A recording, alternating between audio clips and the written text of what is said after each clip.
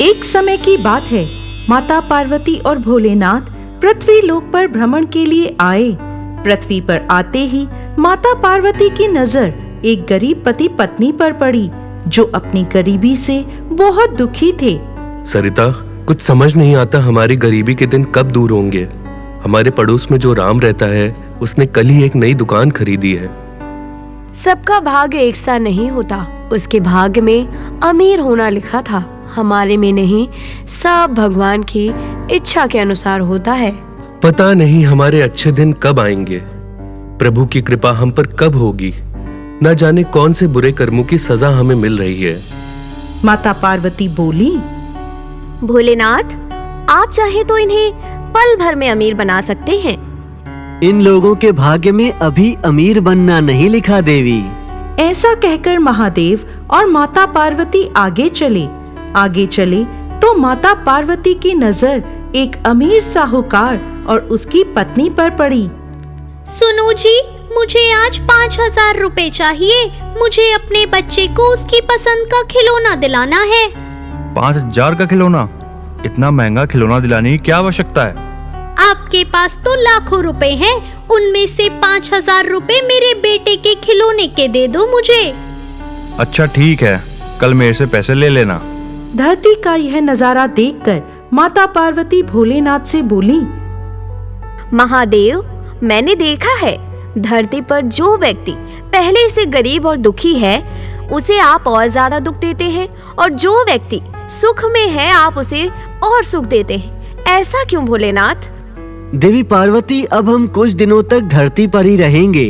वहाँ रहकर मैं तुम्हारे मन की सभी शंकाएं दूर कर दूंगा। अब भगवान भोलेनाथ और माता पार्वती ने इंसानी रूप धारण किया और पति पत्नी के रूप में एक गांव के पास डेरा जमा लिया। शाम के समय भोलेनाथ देवी पार्वती से बोले, देवी पार्वती, अब जब हम धरती पर आ ही गए हैं तो हमें भोजन की व्यवस्था भी करनी होगी।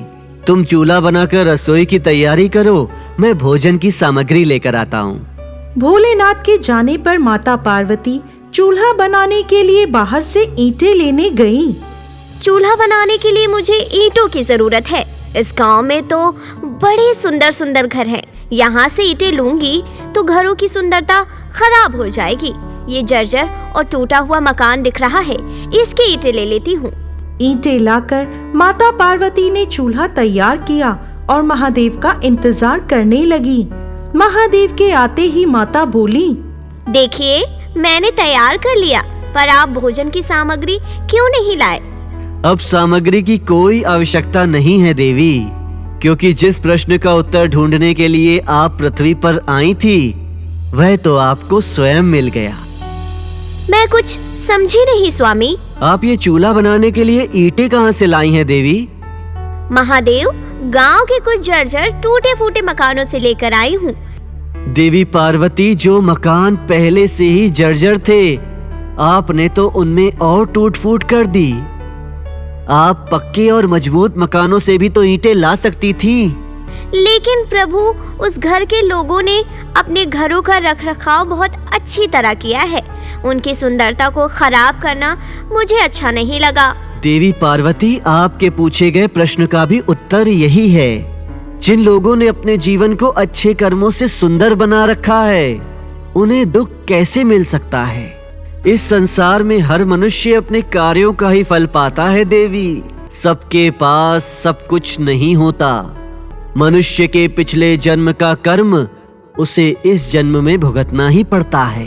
अपने प्रश्नों का उत्तर पाकर देवी पार्वती भोलेनाथ के साथ कैलाश पर्वत लौट गईं।